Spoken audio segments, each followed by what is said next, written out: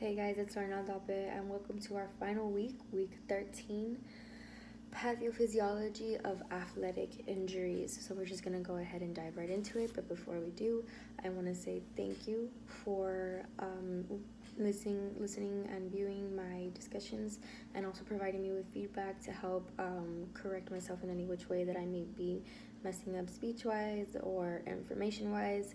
Thank you for reviewing my discussions and giving me positive feedback to allow me to help myself grow intellectually and articulately. So I just want to thank you all for that. So we're just going to go ahead and dive right in with question number 1. Explain why it is important to understand biomechanical models of the viscoelastic properties of tissue.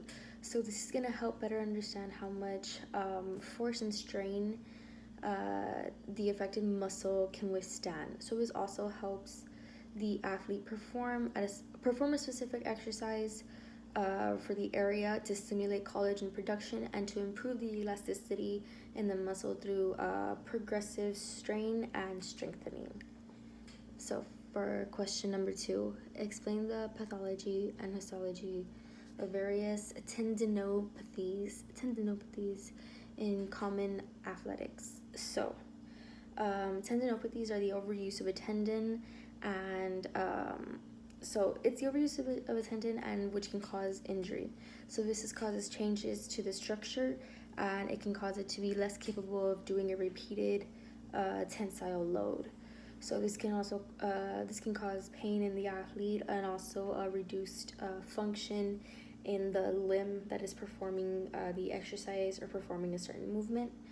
So this is due to the degeneration of collagen and tears in the fibroblast and myofibroblast. So a common one would be the Achilles tendon. So that is usually caused from degenerated collagen fibers.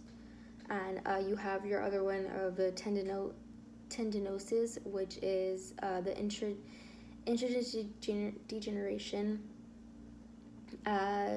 commonly due to aging. You have tendinitis, which is a partial rupture, peritenosis, and then you have peritenosis with tendinosis.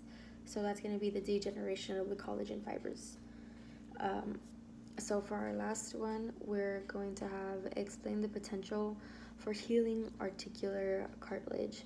So articular cartilage has little to no direct blood supply.